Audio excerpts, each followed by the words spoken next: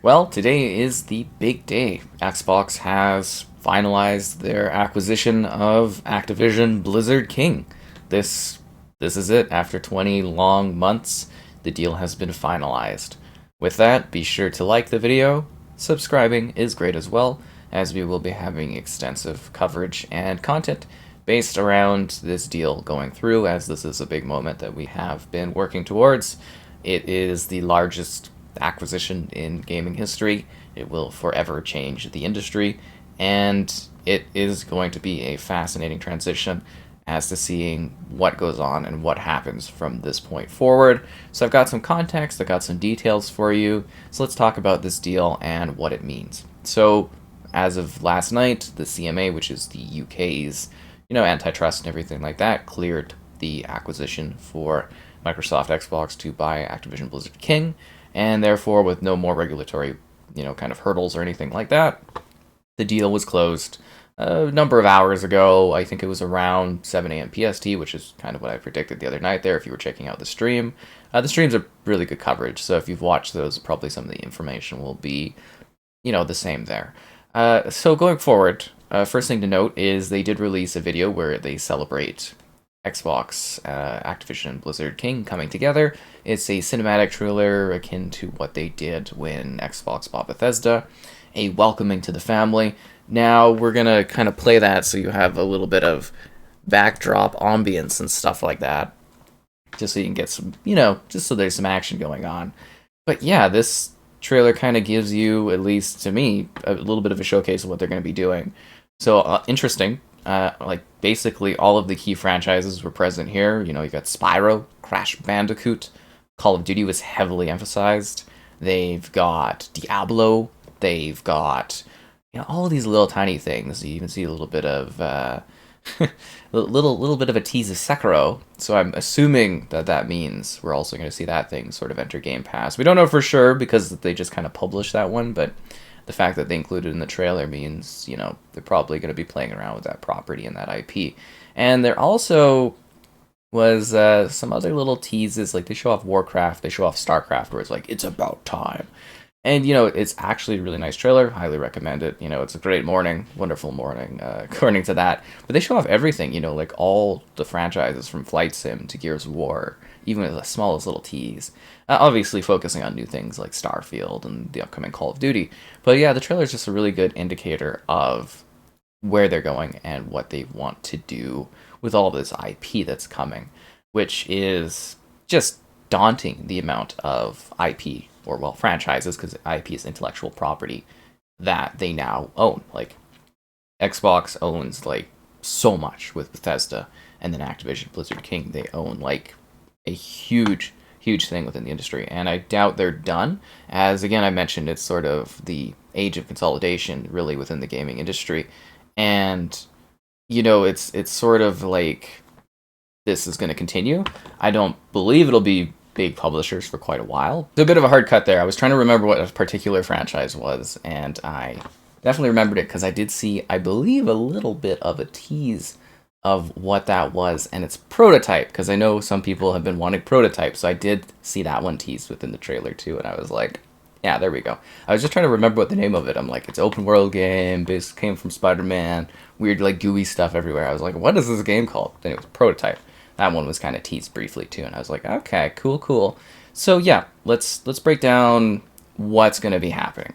So we got the acquisition finished, right? Like, they bought them, they own them. And from there, we now have the trailer video, like they did with Bethesda.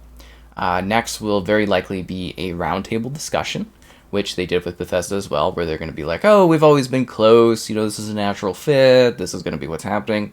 They'll tease a Game Pass drop and perhaps some additional backwards compatible titles, which would be ideal. We'll talk about that a little bit more in a sec. And then we'll get a date, and then they'll probably drop a whole bunch of games, like a big drop. They have mentioned, though, very clearly that they're going to be working on adding titles over the next few months. Activision, a few days ahead of the deal, was very clear in saying that Call of Duty Modern Warfare 2, which is, the latest year of Call of Duty this year, will be on Game Pass next year. Same with Diablo 4. those are very likely due to licensing. That's a lot of things. Some games won't be available right away on Game Pass due to licensing and agreements. That's kind of the last few Call of Duties. They're going to be a little iffy on what kind of deals PlayStation has, because PlayStation has the marketing rights to Call of Duty that end in, I believe, January after 9 years, roughly. So that will be a bit of a transitionary period. There's also kind of Cold War, just it got added to PS Plus, and usually that comes with a bit of a year of exclusivity. So I would say older Call of Duties, anything like, I don't know, even probably going up to like Call of Duty World War II or even Modern Warfare. Let's just say Modern Warfare 2019 and earlier should be pretty much day one Game Pass titles.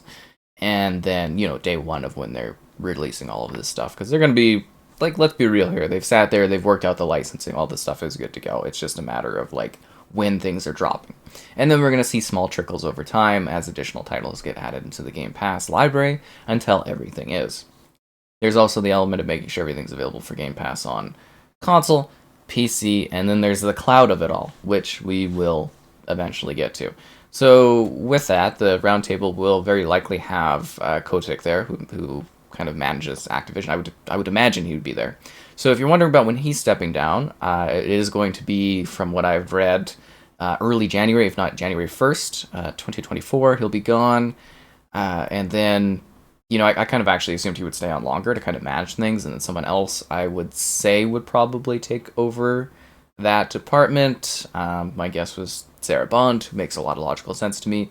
Or they'll just throw it under the existing Xbox Game Studios kind of branches of management, which is going to be fascinating to see how that all goes. I'm very, very curious to see how that's all going to roll out, and the structural changes are going to be fascinating, because that's the big thing about these acquisitions is they take years. Like, the Bethesda deal is 3 years ago at this point, and they're still not fully integrated from what I've seen, or what even on my end for getting like content and stuff like that to cover. They're still quite separate entities. So for Activision Blizzard, you're not going to see the effects of stuff for probably like half a decade, I would guess, if not longer. Some immediate changes, a lot of things going to be long term. Just keep in mind that this is good for the employees. This is good for the consumers. There's going to be good value here.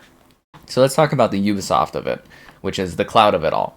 So Ubisoft will have all existing, and then for the next 15 years, cloud rights in perpetuity, which means forever, of Activision Blizzard King titles to distribute via the cloud and to make available to everyone via the cloud. There's a lot of constraints in place that don't allow Xbox to really take advantage or be able to gain like an advantage or leverage over through or in Ubisoft. So, I mean, eventually in 15 years, they'll probably just buy them to get the rights all back. But that's a 15, like a decade and a half from now, it's not even worth thinking about. That's a completely different era of gaming and living. There's also going to be the existing cloud agreements will be honored. The existing agreement with Nintendo, I wouldn't say it like long term, but there is now an existing agreement with PlayStation that was signed a number of months back. So that's all going to be honored and going through. And you're going to see Call of Duty on multiple platforms going forward. I would imagine there's going to be levels of exclusivity for things going forward as well. I mean, Xbox didn't buy Activision Blizzard King to, not have extra content. I do want to read out the notes from Phil Spencer, though, as obviously this is, a big day for Xbox and whatnot. Today is a good day to play. We officially welcome Activision Blizzard King to Team Xbox. Together, we will create stories and experiences that bring players together in a culture empowering everyone to do their best work and celebrate diverse perspectives. To the millions of fans who love Activision Blizzard and King games, we know that you are the heart and soul of these franchises, and we're honored to have you as part of our community. Whether you play on Xbox, PlayStation, Nintendo, PC, or mobile, you're always welcome here, even if Xbox isn't where you play your favorite franchises. Because when everyone plays, we all win. That's one of their favorite catchphrases and stuff like that. Then from there, it's mostly a lot of like logistics, a lot of talking, a lot of, this is what's happening. We're celebrating these franchises. It's a long streak of working with them. These are all our goals, our commitment to making this available to everyone. Stuff we've been hearing about over the last 20 months of court cases. And, well, not like just court cases, but the last 20 months of regulatory stuff and There's been so much like this again is like it's 20 months of my life has been spent talking about this, going over this, and like diving deep into everything. Like it's been a ride, and for those that have been along the way or are just joining in, I hope you've enjoyed the coverage. But I will be pretty ready to go once everything drops, because like I said, there should be a big Game Pass drop, and then there'll be trickling out, and there's going to be long-term deals, because Call of Duty, it's scoped out to like 2028, so there's going to be changes and adjustments. And yes, I do believe eventually a lot of these developers that have been stuck in the COD mines are finally going to be free again to go work on other titles. But that isn't going to change quickly. It's going to take a long time, and you won't see the effects of that again for probably up to half a decade from now, as it's going to take a lot of effort to shift things. I do believe that we're going to see better integrated support across the different Xbox studios. Say you got a new Halo you want out the door, you get some supporting work from the Call of Duty studios and vice versa, and it's going to be really intriguing to see how Xbox pools, adjusts, and changes the organizational structuring of Activision Blizzard King, because there's a lot of new employees. But with that, Xbox will now have a higher sense of priority within Microsoft, better budgeting, better support, better acquisition efforts. It's just going to become a large pillar of Microsoft going forward, and the gaming department will be a very important aspect of just what, Microsoft's stake in gaming is. It's going to be important, and that therefore is going to dictate more of a sense of urgency within Microsoft, because they're going to be generating more money, more profit, and become more important to the overall structuring. And it's going to be really neat to see as, again, we're sort of like that midway of the generation almost. There's console refreshes, mid-gen refreshes to some degree. There's a next-gen console for Xbox and PlayStation 2028. How is this going to change things? Console gaming is changing all the time too. What's console gaming going to look like over the next few years? It's going to be fascinating, because I do believe this deal is more about structuring Microsoft's like mobile gaming store that they're going to be working on for Android and iOS. And then also on the flip side of that, strengthening their portfolio for Game Pass growth in console, PC, and mobile spaces, and then kind of transitioning to that point past the idea of what a console is. But that's also things way, way down the road that we're not even talking about today. But, those were kind of like the key points, right? Like, they've got the deal done. They've bought them. We don't have all the details yet, right?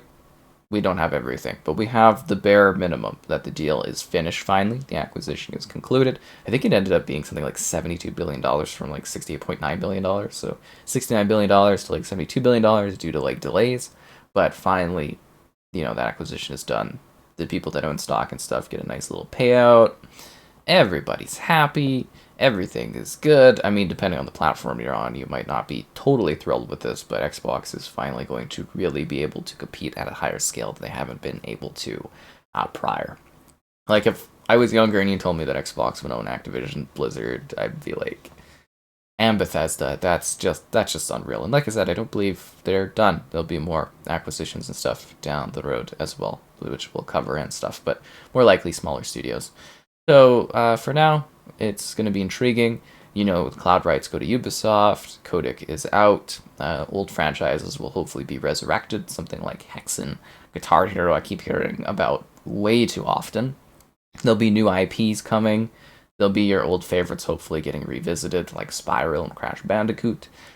And yeah, just a whole bunch of IP under one roof to do more creative and interesting things with it. And Xbox Game Pass is going to increase in value by quite a bit after this deal's done. And for Xbox fans, I guess you've been, this is what you've been waiting for, is this deal to go through. I'm utterly fascinated by the situation, because it's almost a scary time for me, as I wonder what's going on afterwards, what's next, how things are going to change, and how my industry is going to be adjusted forever going forward, because this is a monumental shift. I mean, we knew this was going to happen. If you didn't think they were going to be able to buy them, like at least a few months ago, I think you would just be at the point of denial. But yeah, it's here. It's a long road coming. I think we've basically covered everything.